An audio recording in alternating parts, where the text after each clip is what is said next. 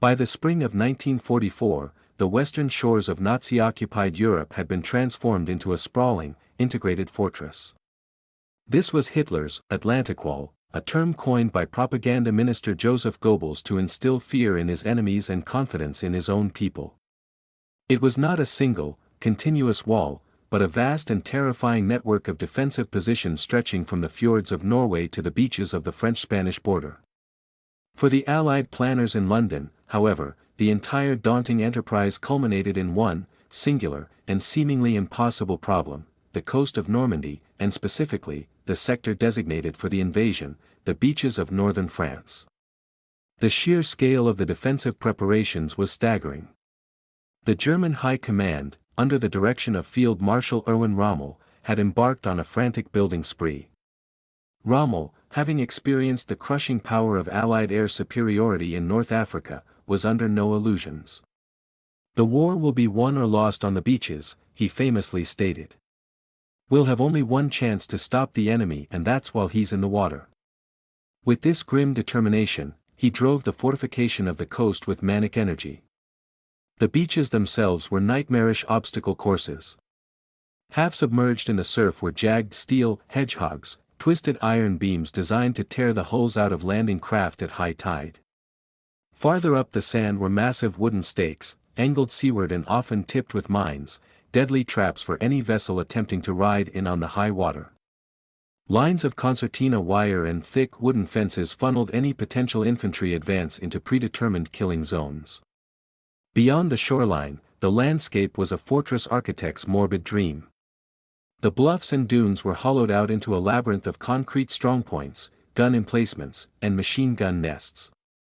These Widerstandsnester, resistance nests, and Stützpunkt, strongpoints, were interlocked with fields of fire, ensuring that any force landing on the beach would be subjected to a storm of steel from multiple, mutually supporting positions. Heavy artillery was placed in colossal, reinforced concrete casemates, their massive barrels trained on the likely approach lanes from the sea. These guns could hurl shells the size of a small car onto the invasion fleet, capable of sinking transports and blowing landing craft out of the water before they even reached the shore. But the defenses did not stop at the coast. The fields immediately behind the beaches, potential landing zones for paratroopers and gliders, were sown with a sinister harvest. Thousands of wooden poles, known as Rommel's asparagus, were erected to shred the wings of gliders. Low-lying areas were deliberately flooded by the Germans, turning them into death traps for paratroopers laden with heavy equipment. Every crossroads, every village, every hedgerow in the Norman Bocage country was prepared for a brutal, defensive battle. For the Allied commanders, Eisenhower, Montgomery, Bradley, the tactical challenge was paralyzingly complex. A direct, frontal assault on a fortified coast was one of the most difficult operations in warfare. The memory of the catastrophic Dieppe raid of 1942, where a Canadian force was all but annihilated in a matter of hours, hung heavy in the war rooms. The Allies knew they needed surprise, they needed overwhelming force, and they needed to exploit a critical weakness in the German defense. But where was it? The German army in the west was a formidable force. While some divisions were understrength or comprised of non-German conscripts, the panzer divisions held in reserve were among the best in the Wehrmacht. The 21st Panzer Division was already stationed in the Caen area, and the dreaded 1st SS and 12th SS Panzer Divisions were within striking distance. If these armored formations could be unleashed on the vulnerable beachheads within the first 24 hours, they had the potential to drive the invaders back into the sea. The Allies' entire hope rested on a narrow window of time, the hours it would take for the German command structure to recognize the true nature of the threat and release its panzers. This was the impossible fortress. It was not just a line of pillboxes, it was a deep, layered, and intelligent defensive system, backed by a battle-hardened, if strategically confused, army. To breach it required more than just courage and numbers. It required an intelligence coup of unprecedented proportions. The Allies needed to know everything: the precise location of every gun battery, the composition of every German division, the layout of every minefield, and, most critically, the mind of the enemy commander. They needed to see through the concrete and the steel. They needed to find a crack in the walls so perfectly invisible to the German high command that they could strike with the force of a thunderbolt at the one place the Nazis were sure they were safe. The fortress seemed impossible because, on paper, it was. Its only vulnerability was not in its concrete, but in its communications, a vulnerability the Allies were already exploiting in a silent war fought in the sterile halls of a country estate called Bletchley Park. The key to storming the fortress lay not in building a bigger battering ram, but in obtaining the master key to its deepest secrets. The German High Command's confidence in the security of their communications was not born of arrogance alone, it was rooted in a machine of brilliant and elegant complexity, the Enigma. To its creators and users, it was unbreakable.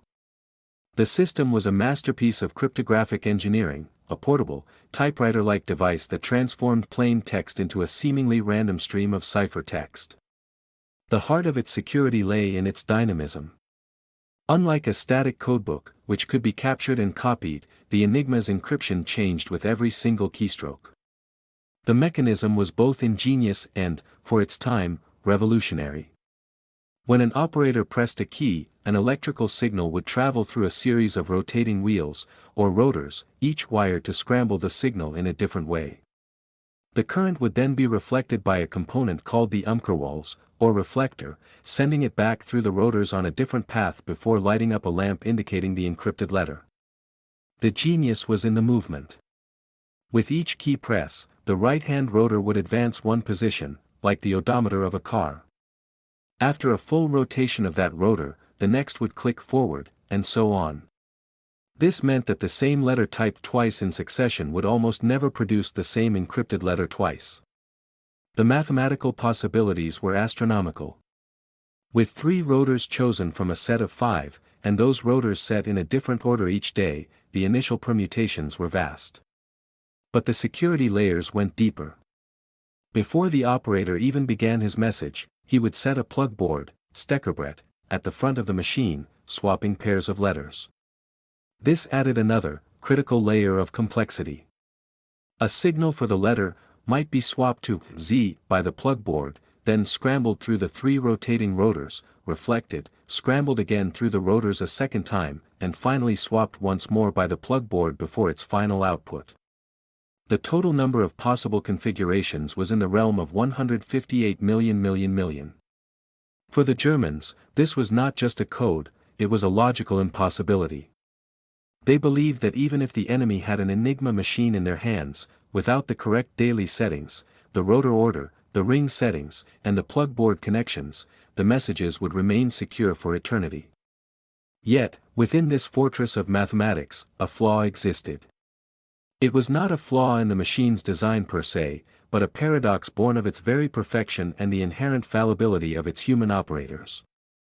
The first and most critical weakness was a conceptual one: a letter could never be encrypted as itself. Because of the electrical circuit and the reflector, the current always had to change paths.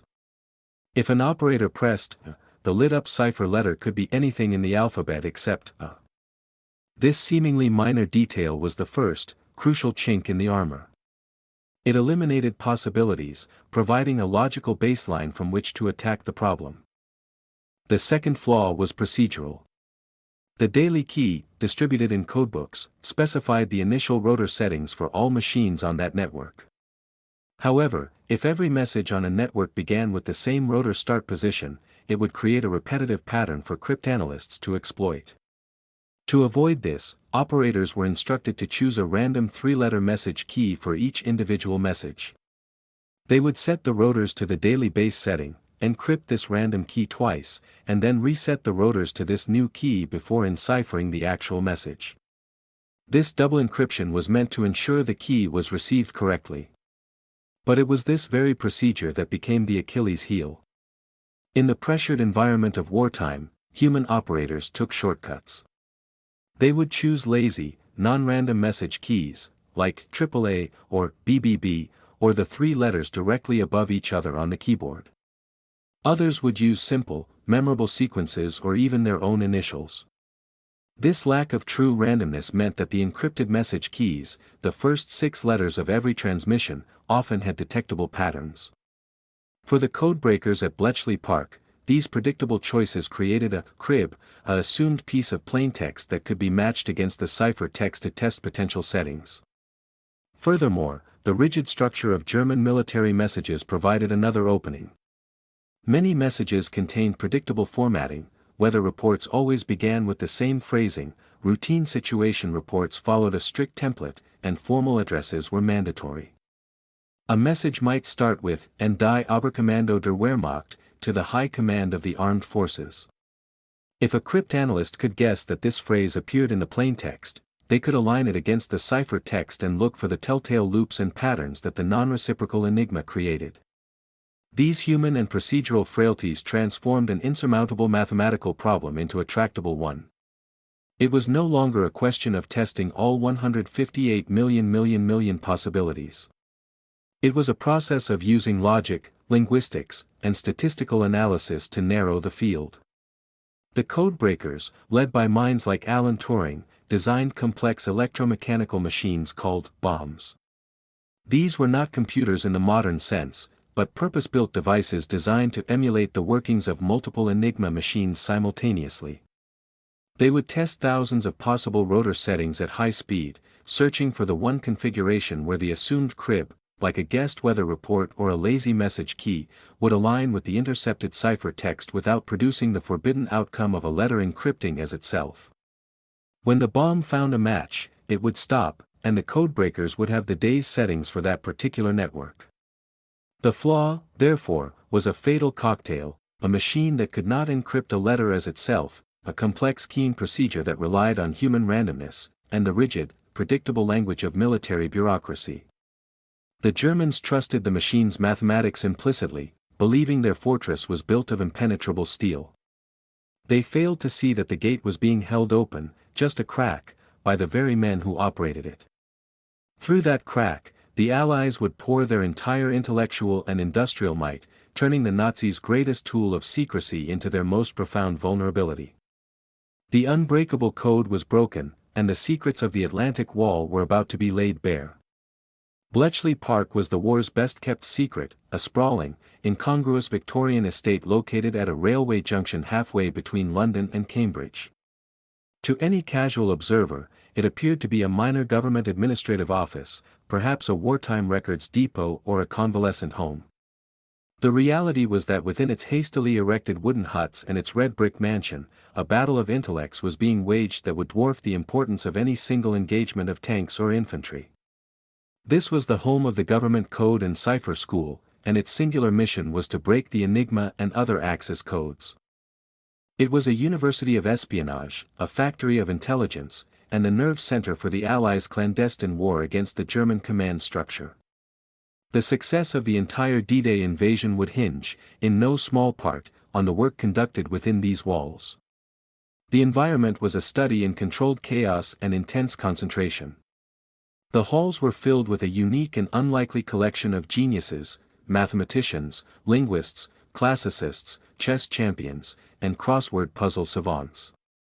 They were recruited not for their military experience, but for the sheer power and flexibility of their minds. Men like Alan Turing, the brilliant, eccentric mathematician whose theoretical work laid the groundwork for modern computing, worked alongside men like Gordon Welchman, a sharp organizational mind, and Dilly Knox, a classicist who had been breaking code since the First World War. They were supported by a vast auxiliary force, largely composed of young women from the Women's Royal Naval Service, WRENS, and other services, who operated the complex bombs and managed the endless flow of encrypted traffic with meticulous precision. The process of breaking the daily Enigma keys was a relentless, 24-hour industrial cycle. It began with the Y stations, a network of secret listening posts scattered across Britain. These stations, staffed by fluent German speakers and expert radio operators, would intercept the encrypted Morse code transmissions buzzing through the ether from German U-boats, army groups, and Luftwaffe squadrons. These raw, seemingly random streams of letters were logged and rushed to Bletchley Park by motorcycle courier and teleprinter. Upon arrival, they were sorted by network, as the German military used different Enigma settings for the Army, Air Force, Navy, and the Sicherheitsdienst, SD. The codebreakers' first task was to determine which key was being used for which set of messages on any given day. The work inside Hut 6, the section dedicated to breaking Army and Air Force Enigma, was a blend of high-level mathematics and intuitive guesswork. The cryptanalysts would use cribs, educated guesses about fragments of the plaintext, to attack the cipher. A crib could be a standard piece of German military jargon, the predictable format of a weather report, or the lazy, non-random message keys chosen by board operators. They would take these assumed phrases and, using a combination of logic, pattern recognition, and sheer intellectual stamina, align them against the encrypted text, searching for the loops and contradictions that would reveal the day's machine settings. This is where Turing's and Welchman's bombs came into play. These were not single machines, but a growing fleet of clattering, whirring electromechanical beasts, housed in dedicated buildings on the Bletchley grounds. The bomb was not a computer that decoded messages, it was a sophisticated elimination machine. Its purpose was to test, at high speed, the thousands of possible rotor orders and starting positions for the Enigma machine, searching for one that would satisfy the conditions presented by the crib. When a potential match was found, the machine would halt, and the REN operators would note the settings. These settings would then be taken back to the codebreakers, who would use a replica Enigma machine to decrypt a sample message. If coherent German emerged, they had broken the key for the day. The intelligence floodgates would then open. For the D-Day landings, one Enigma network was more critical than all others, the yellow network used by the German intelligence service, the Sicherheitsdienst, SD, in Western Europe.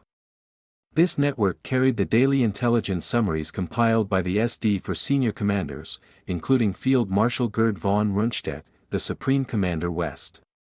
These summaries were a goldmine. They detailed the German assessment of Allied intentions, the location and strength of their own units, their concerns about partisan activity, and, most importantly, their beliefs about where the main invasion would land. The breakthrough was not a single, dramatic moment, but a sustained, silent assault. By early 1944, Bletchley Park was regularly reading the yellow network with minimal delay. Through this priceless window into the enemy's mind, the Allies made a stunning discovery: the Germans were utterly convinced that the main Allied landing would come at the Pas de Calais. This belief was the cornerstone of their entire defensive strategy in the West. Hitler, von Rundstedt, and the entire OKW, Oberkommando der Wehrmacht, were fixated on the narrowest point of the English Channel. This misconception was not an accident, it was a carefully cultivated product of the Allied deception plan, Operation Fortitude. But Fortitude's success depended entirely on the ability to know whether the enemy was swallowing the bait. Bletchley Park provided that confirmation in real time. The codebreakers read the German intelligence reports that dismissed the Normandy region as a possible diversion. They saw the orders that held the mighty 15th Army, with its powerful panzer divisions, in reserve around Calais, waiting for an invasion that would never come. They monitored the German debates, their uncertainties, and their unwavering conviction in the Calais hypothesis. This was the ultimate strategic advantage, knowing not only the enemy's capabilities, through the order of battle gleaned from other decrypted traffic, but also his intentions and his deepest held beliefs. The pressure on the Bletchley Park staff in the weeks leading up to June 5, 1944, was immense. They knew the invasion was imminent. The flow of intercepted messages intensified, detailing German coastal defenses, unit rotations, and ammunition supplies in Normandy. Every decrypted message that confirmed the continued German preoccupation with Calais was a victory. Every report that showed the 352nd Infantry Division had moved into the Omaha Beach area was a chilling warning that had to be relayed immediately to Eisenhower's headquarters. The codebreakers were not distant academics, they were active participants in the operation, their work directly influencing the final plans and saving countless lives. They had turned the Germans' most trusted communications tool into a conduit for their own defeat. The intelligence derived from Bletchley Park, codenamed Ultra, was the secret weapon that made the storming of the impossible fortress not just a possibility, but a calculated, albeit still perilous, probability. The intelligence flowing from Bletchley Park was a weapon of incalculable value, but it was also a vulnerability of terrifying fragility. Knowing the enemy's mind was the ultimate advantage, but if the enemy ever suspected that their most secret communications were being read, that advantage would vanish overnight. The Germans would change their codes, alter their procedures, and the Allies would be blinded on the eve of their greatest offensive. This paradox created a fundamental, gut-wrenching strategic dilemma: how to act on the priceless knowledge of Ultra without revealing the source. For the D-Day invasion, this dilemma crystallized around one of the most ambitious deception operations in the history of warfare, Operation Fortitude. Fortitude was not a single lie, but an entire architecture of falsehood, a sprawling tapestry of illusion woven from phantom armies, fabricated radio traffic, and double agents. Its central, audacious objective was to convince the German High Command that the Normandy landings were merely a large-scale diversion. The real invasion, a colossal assault by the notional, 1st United States Army Group, FUSAG, was poised to strike across the narrow Strait of Dover at the Pas de Calais. The success of this ruse was paramount.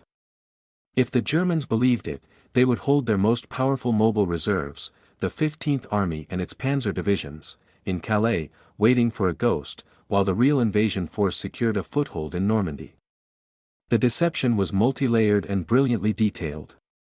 The first layer was visual. Across the English countryside in Kent, opposite Calais, the Allies constructed a vast, empty stage set of a military buildup. Inflatable rubber tanks, plywood artillery pieces, and canvas trucks were arranged to look like crowded depots from the air. German reconnaissance aircraft, allowed to fly on carefully monitored paths, photographed these dummy installations and reported a massive force gathering for an attack on the closest point to the continent. The second layer was auditory. This was the domain of the radio operators, who became actors in a grand sonic play. They created the entire radio network of the fictional FUSAG, a command responsible for over 50 divisions that existed only on paper. These operators, trained in the distinct procedures and fists of American and British signalers, maintained a constant, believable stream of fake radio traffic. They simulated the mundane chatter of a real army, unit logistics, training exercises, administrative queries, and promotions. To any German listening post, the ether crackled with the unmistakable sounds of a vast, busy military force preparing for a major operation in southeastern England. But the third and most crucial layer was human. This was the world of the double agents, a small, bizarre group of individuals who formed the linchpin of the entire Fortitude edifice. Run by the Secret 20 Committee, so named because the Roman numerals XX represented a double cross, these were enemy spies who had been captured and turned to work for the British. They became channels through which carefully crafted misinformation, or chicken feed, could be fed directly to the Abwehr, German military intelligence. The most famous of these was a Spanish-born playboy codenamed Garbo. Juan Pujol Garcia was a master of fabrication who, with his British handler, created a network of 27 entirely fictional subagents. He built a reputation for reliability with the Germans by sending them truthful, but often outdated or strategically useless, information. As D-Day approached, his messages became critical. He reported the buildup of FUSAG, confirming what the Germans were seeing from their aerial reconnaissance and hearing on their radio intercepts. His credibility was so high that the German High Command treated his reports as gold standard intelligence. This is where the double-edged sword of Ultra became most apparent. The codebreakers at Bletchley Park were reading the Abwehr's own communications. They could see, in near real time, the German intelligence summaries that were being sent to Berlin and to Field Marshal von Rundstedt's headquarters. Through this window, the Allied planners could watch their own deception taking root in the enemy's mind. They saw the Abwehr's growing conviction in the existence of FUSAG. They read the reports citing Garbo and other double agents as trusted sources. Ultra was the feedback mechanism that told them the lie was working. But this created agonizing decisions. There were moments when the Germans, based on real intelligence scraps, would correctly identify a unit that was actually destined for Normandy as being part of the invasion force. Through Ultra, the Allies would see this accurate assessment in the German reports. The instinctive military response would be to move that unit, or to bomb the headquarters that had identified it. But to do so would be to confirm the German intelligence, revealing that the Allies had access to their most secret evaluations. Instead, the commanders had to stand by and do nothing. They had to allow the Germans to occasionally be right, to preserve the greater lie. The most severe test came from the threat of German bombing. Knowing from Ultra the location of the real invasion forces marshalling in ports across southern England, the Allies lived in fear of a devastating Luftwaffe attack that could cripple the operation before it began. Yet, they could not visibly strengthen the air defenses around the real ports in Plymouth and Portsmouth without signaling their importance. They had to leave the genuine invasion fleet seemingly vulnerable, while bolstering the anti-aircraft defenses around the empty fields of Kent where the dummy Fusag army was stationed. They were protecting a ghost army at the potential expense of the real one, all based on the faith that the ultra-intelligence about German beliefs was correct. The double edge cut deepest when it came to the sacrifice of men. There were instances where Ultra would reveal that the Germans had learned of the sailing of a specific Allied convoy carrying vital supplies or troops. To protect the source, the convoy could not be rerouted. It had to sail on, into the waiting U-boats or bombers, its men and material lost, all to maintain the illusion that the Germans' intelligence coup was their own success, not a carefully managed leak. The commanders had to weigh the lives of the few against the lives of the many thousands who would die on the beaches if the Germans discovered the ruse. By June 5, 1944, the Ultra decrypts provided the final, crucial confirmation. The German High Command remained utterly fixated on the Pas de Calais. The 15th Army was held in place, its panzers waiting for the ghost of Fusag. The double-edged sword had been wielded with supreme skill and cold-blooded resolve. The lie, verified by the enemy's own secret communications, was now more powerful than the truth.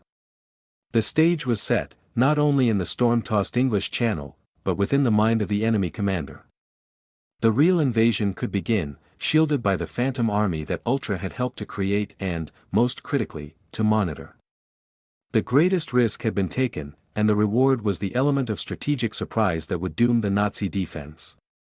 In the grand, mechanistic planning for Operation Overlord, every variable had been accounted for with meticulous precision: tidal conditions, lunar illumination, the deployment of paratroopers, and the coordination of naval bombardments.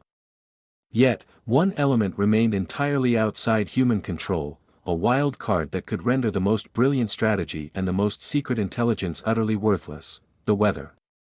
In the final, tense days of May and the first week of June 1944, the entire fate of the invasion came to rest not on a general's order or a spy's report, but on the chaotic and unpredictable patterns of the North Atlantic atmosphere. The decision of when to launch the Armada became the ultimate test of foresight, nerve, and meteorological interpretation, a high-stakes gambit where the Allies held a secret and decisive advantage. The meteorological requirements for D-Day were excruciatingly specific and formed a narrow window of opportunity. The airborne landings needed a late-rising moon for concealment on the approach but sufficient light for the pilots to identify their drop zones. The naval armada required a relatively calm sea for the landing craft to safely cross the channel and for the troops to disembark. The Air Force needed clear skies for the vast aerial armada and for the bombers to accurately hit their coastal targets. The tide was perhaps the most rigid factor. A low tide in the early morning was essential to expose the German beach obstacles, allowing engineers to clear paths for the following waves of landing craft. These conditions, tide, moon, and weather, aligned in a brief series of dates: June 5th, 6th, and 7th. A postponement would mean a delay of at least 2 weeks, until the next suitable tidal cycle. Such a delay was unthinkable. It risked the entire force being discovered, the weather worsening further, and the fragile morale of the troops breaking under the strain of prolonged confinement. In the week leading up to the proposed launch, the weather forecasts became the single most important intelligence product in the world. Both the Allies and the Germans maintained their own meteorological teams, but they worked with vastly different data. The weather in Western Europe predominantly arrives from the Atlantic. The Germans, having lost most of their weather ships and stations in the North Atlantic to Allied naval action, were operating with a critical information gap. Their forecasts were largely based on reports from occupied Western Europe, giving them a limited, continental perspective. They could see the storm systems as they arrived, but they struggled to predict their formation and movement with accuracy. The Allies, by contrast, enjoyed a monumental intelligence advantage in the weather war. They controlled the Atlantic. British and American ships, submarines, and clandestine weather stations in Greenland, Iceland, and the Faroe Islands provided a constant stream of data from the vast oceanic expanse where Europe's weather was born. This network gave the Allied forecasters a panoramic view of the atmospheric battlefield. They could track the birth and trajectory of weather systems days before they ever reached the French coast. This was the critical edge, the ability to see over the horizon, into the heart of the Atlantic. The drama reached its climax on the morning of June 4. The invasion was set for June 5, and the initial orders for the vast fleet to sail had already been given. At 4:15 a.m. in the library of Southwick House, the Supreme Allied Headquarters, a tense conference was underway. The man at the center of this storm was Group Captain James Stagg, a quiet, reserved Scottish meteorologist who bore the unimaginable burden of advising General Eisenhower. The weather that morning was foul, exactly as predicted: high winds, low clouds, and rough seas. The German forecasters, looking at this same dismal picture, had reached a logical conclusion. The noted German meteorologist in Paris, Dr. Karl Sontag, had assured the High Command that sustained bad weather made an Allied invasion in the first week of June a tactical impossibility. The German command, including Rommel, who left his post in Normandy for Germany on June 4, relaxed. The weather had granted them a respite. But Stagg, armed with the superior Allied data, had a different, almost heretical, interpretation. His team, particularly the brilliant American forecaster Colonel Donald Yates, had identified a fleeting break in the storm system. Their models suggested that the severe weather battering the channel on the 4th would weaken throughout the 5th. There would then be a short period of improved conditions, a transient and fragile window of opportunity, lasting approximately 36 hours from the late hours of June 5 into June 6.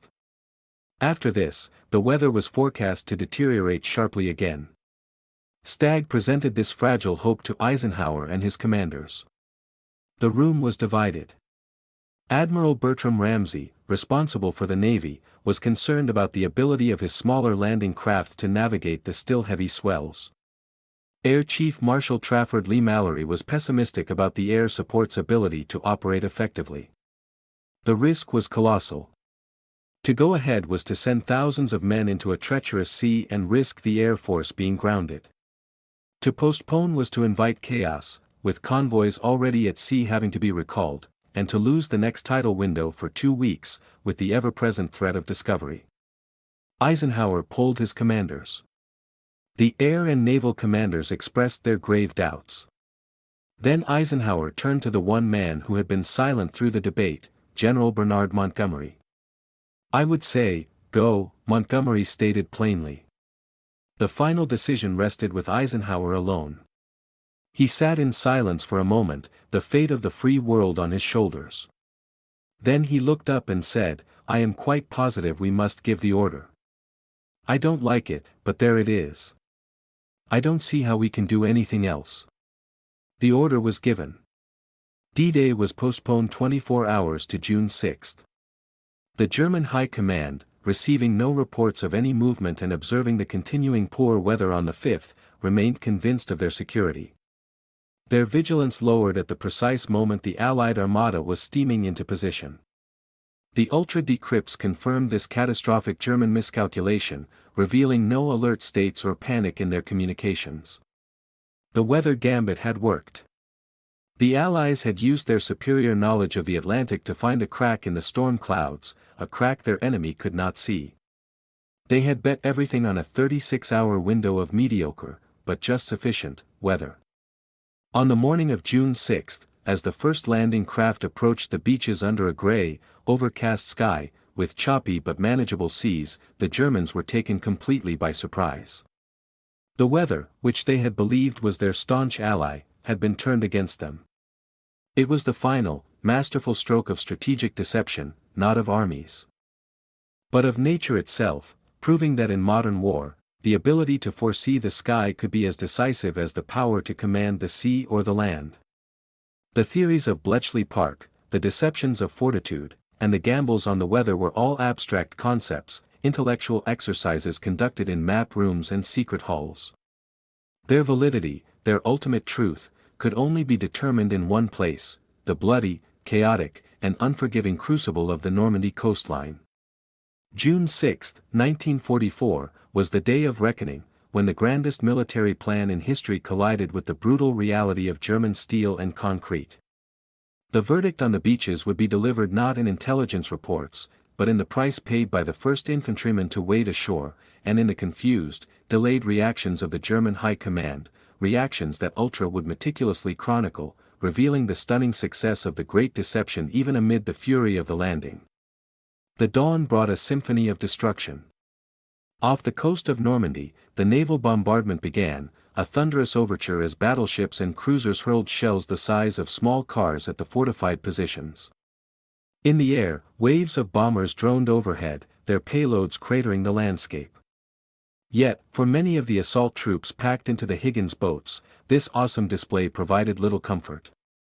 As the ramps dropped on the 5 invasion beaches, Utah, Omaha, Gold, Juneau, and Sword, the abstract plan dissolved into a maelstrom of individual survival.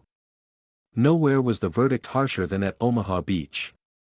Here, the intelligence, for all its breadth, had failed to capture the full, emergent horror of the situation. The pre-landing bombardment had largely missed the well-camouflaged strongpoints. The veteran German 352nd Infantry Division, whose presence had been detected by Ultra but whose full forward deployment was not fully appreciated, was dug in on the bluffs. As the landing craft approached, they were met with a storm of interlocking fire from machine guns, mortars, and artillery. The water ran red, and the sandy shore became a killing ground littered with obstacles, burning vehicles, and the fallen. The plan for Omaha had disintegrated. Success here would not come from following a timetable, but from the raw courage of small groups of leaderless men, sergeants, corporals, and privates, who, against all odds, began to inch their way up the draws and cliffs, using grenades and bayonets to silence the deadly nests. The verdict here was near failure, averted only by unparalleled human bravery. Yet, even as the battle for Omaha hung in the balance, the larger strategic verdict, the one crafted by years of intelligence work, was being rendered in the German command posts far from the sound of the guns. The first reports of the landings, fragmentary and confused, filtered into German headquarters. The initial reaction, as read by Bletchley Park in the Enigma traffic, was one of disbelief and strategic paralysis. The German High Command was psychologically primed for the main assault at the Pas de Calais. The landings in Normandy, therefore, were initially dismissed as a Vorspiel, a prelude, a feint. The most critical piece of the Allied plan, the deception of fortitude, was holding firm. This paralysis was most perfectly embodied by the control of the panzer divisions.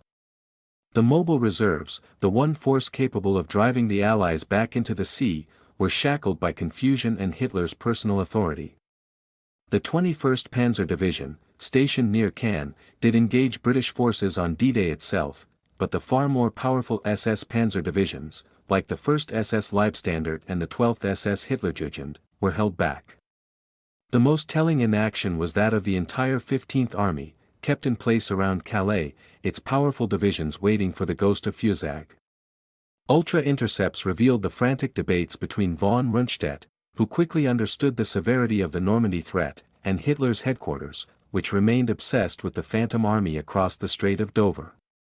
Hitler himself, sleeping through the initial landings, did not authorize the release of the Central Panzer Reserve until the afternoon of June 6. This delay, born of the deception that Ultra had helped to create and monitor, was a gift of incalculable value to the Allies. Those lost hours were the difference between a contested beachhead and a potential catastrophe. By the time the German armored reserves began to move, they were harried ceaselessly by Allied fighter bombers, masters of a sky that the Luftwaffe could not contest. The narrow window of opportunity, calculated by the planners and protected by the intelligence services, remained open just long enough. As dusk fell on June 6, the verdict was clear: though the cost was staggering. The Allies had secured a precarious foothold on the continent. The 5 beachheads had been linked, and over 150,000 men had been landed. The impossible fortress had been breached. But the success was not uniform. The British and Canadians at Gold, Juno, and Sword had pushed inland but had fallen short of their D-Day objective, the city of Cannes. The Americans at Utah had found success with relatively light casualties, but the story at Omaha was one of survival, a blood-soaked testament to the gap between theory and practice. The true, strategic victory, however, was invisible to the soldier in his foxhole. It was found in the decoded German messages that confirmed the 15th Army was still immobilized. It was in the knowledge that the German response had been fragmented, hesitant, and fatally slow. The intelligence break that had doomed the Nazis was not a single piece of information, but a sustained, multifaceted campaign that shaped the entire battlefield. It had identified the fortress's weak points, blinded its commander to the true threat, and delayed its most powerful defenders. The beaches were the brutal, final exam. The planning, the deception, and the code-breaking had provided the answers. The Allied soldiers, with their courage and their blood, had written them down. The verdict was in: the Atlantic Wall had been cracked, not by a single hammer blow, but by a master key, forged in the silent halls of Bletchley Park and wielded with the courage of the men on the shore. The road to Berlin was open, paved with the secrets the Nazis never knew they had betrayed.